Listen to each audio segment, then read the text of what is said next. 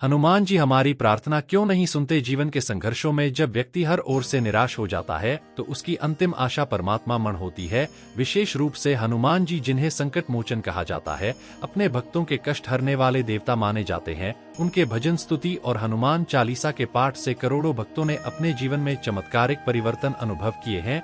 फिर भी कई बार ऐसा प्रतीत होता है कि हमारी प्रार्थनाएं अनसुनी रह जाती हैं। इस स्थिति में मन में यह प्रश्न उठता है कि क्या हनुमान जी हमारी पुकार सुनते ही नहीं? वास्तव में हनुमान जी हर क्षण अपने भक्तों के प्रति सजग रहते हैं। उनकी कृपा सदैव भक्तों पर बनी रहती है। किंतु कई बार हमारी प्रार्थना के सफल ना होने के पीछे कुछ विशेष कारण होते हैं। आइए इन कारणों को विस्तार पूर्वक समझे। एक, प्रार्थना का अर्थ और उसकी महत्ता। प्रार्थना का वास्तविक अर्थ केवल कुछ शब्दों का उच्चारण करना नहीं है, बल्कि यह आत्मा का आह्वान है जिसमें भक्त अपनी संपूर्ण चेतना के साथ ईश्वर के समक्ष समर्पित होता है। प्रार्थना वह शक्ति है जो भक्त और ईश्वर के बीच अदृश्य सेतु का कार्य करती है। जब कोई व्यक्ति सच्चे मन, श्रद्धा और विश्वास के साथ प्रभु का स्मरण करता है तो उसकी प्रार्थना में अद्भुत शक्ति उत्पन्न होती है जो उसे मानसिक शांति, आत्मिक बल और संकटों का सामना करने का साहस प्रदान करती है। वास्तविक प्रार्थना वह होती है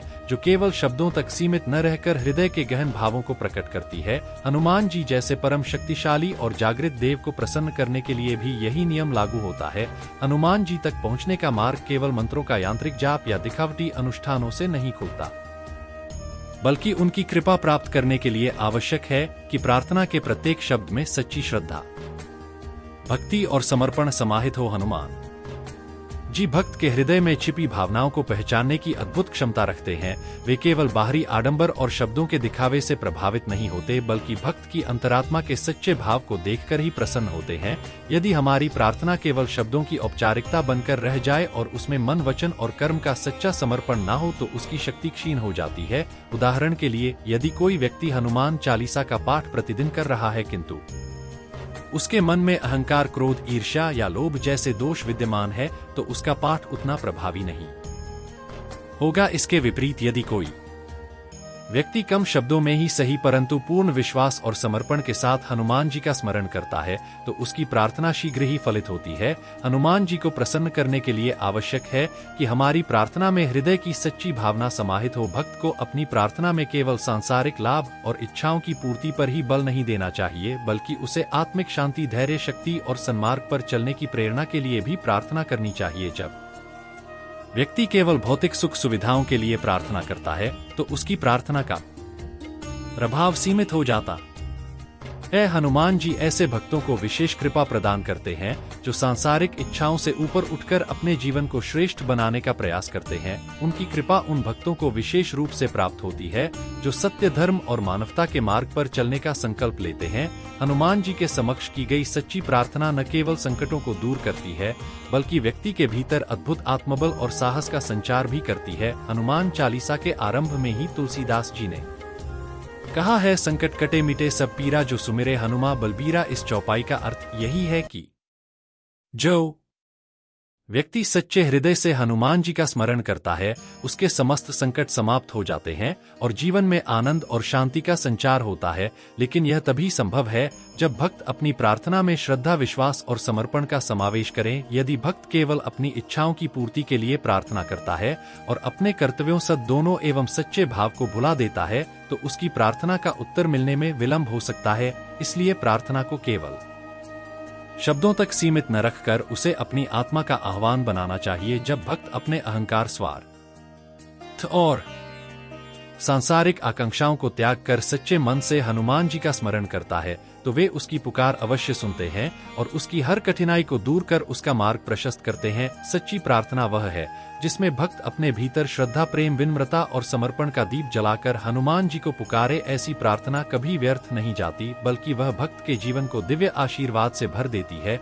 2, प्रार्थना में एकाग्रता का अभाव। प्रार्थना की प्रभावशीलता का सबसे महत्वपूर्ण आधार है एकाग्रता। जब कोई भक्त अपने आराध्य के समक्ष प्रार्थना करता है तो उसकी मानसिक स्थिति, विचारों की शुद्धता और ध्यान का स्तर अत्यंत महत्वपूर्ण भूमिका निभाते हैं। हनुमान जी के समक्ष की गई प्रार्थना तभी प्रभावी होती है जब मन पूर्णतः शांत और एकाग्र होता है।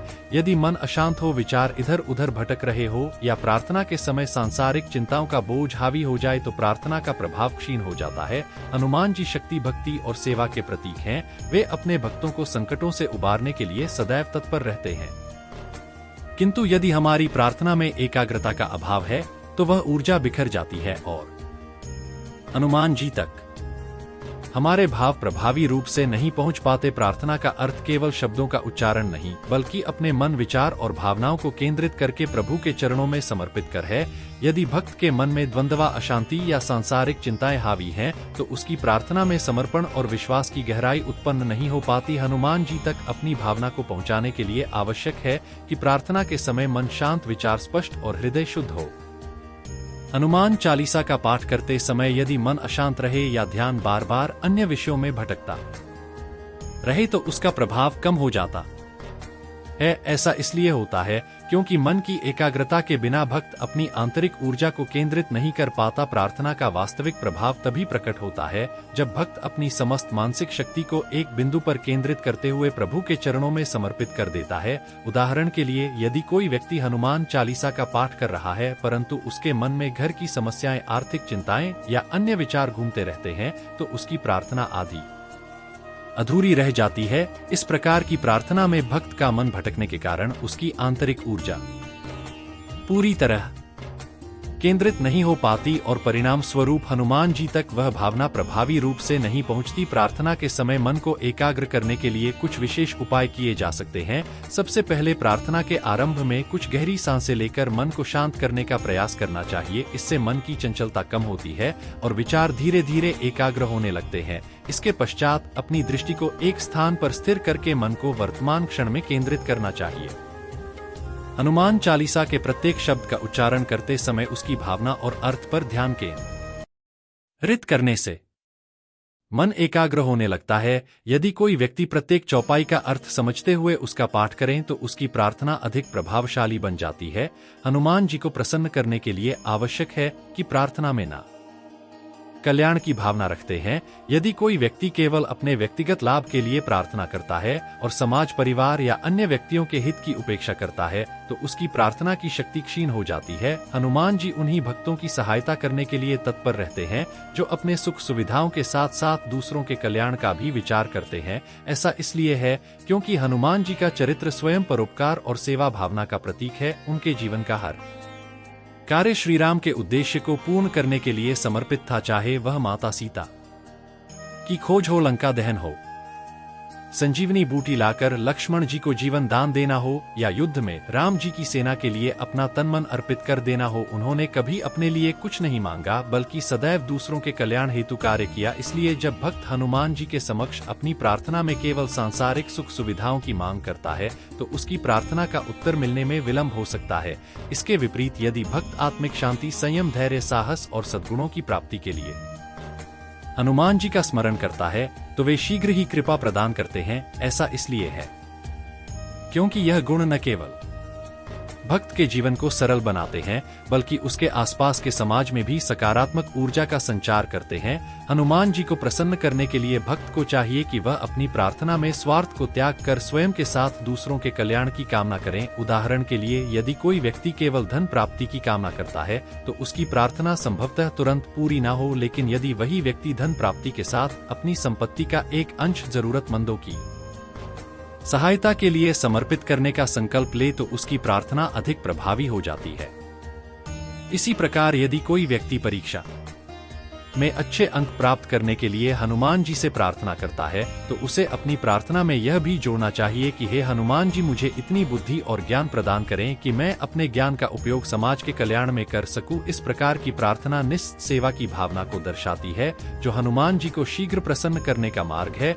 हनुमान जी वही प्रदान करते हैं जो भक्त के लिए उचित और कल्याणकारी हो। वे कभी अपने भक्त के अहित का कार्य नहीं करते। इसलिए यदि कोई भक्त किसी ऐसी इच्छा की पूर्ति के लिए प्रार्थना कर रहा है जो उसके लिए हानिकारक हो सकती है, तो संभव है कि हनुमान जी उस इच्छा को पूरा ना करें। इसका अर्थ यह नहीं है कि हनुमान जी ने उसकी प्रार्थना को अनसुना कर दिया, बल्कि इसका अर्थ यह है कि वे अपने भक्त के दीर्घकालिक कल्याण को प्राथमिकता देते हैं। अतः भक्त को चाहिए कि वह अपनी प्रार्थना में केवल अपने स्वार्थपूर्ण लाभ की कामना करने के स्थान पर आत्मिक उन्नति, धैर्य, साहस और सत्य के मार्ग पर चलने की प्रेरणा की भी प्रार्थना करें। जब व्यक्ति अपने स्वार्थ से ऊपर उठकर मानवता के हित में प्रार्थना करता है, तो हनुमान जी की कृपा शीघ्र ही उसके जीवन में चमत्कारी रूप से प्रकट होती है और उसके समस्त कष्ट दूर हो जाते हैं। हनुमान जी कभी भी अपनी प्रार्थना को अनसुना नहीं करते। वे सदैव भक्तों की सहायता के लिए तत्पर रहते हैं।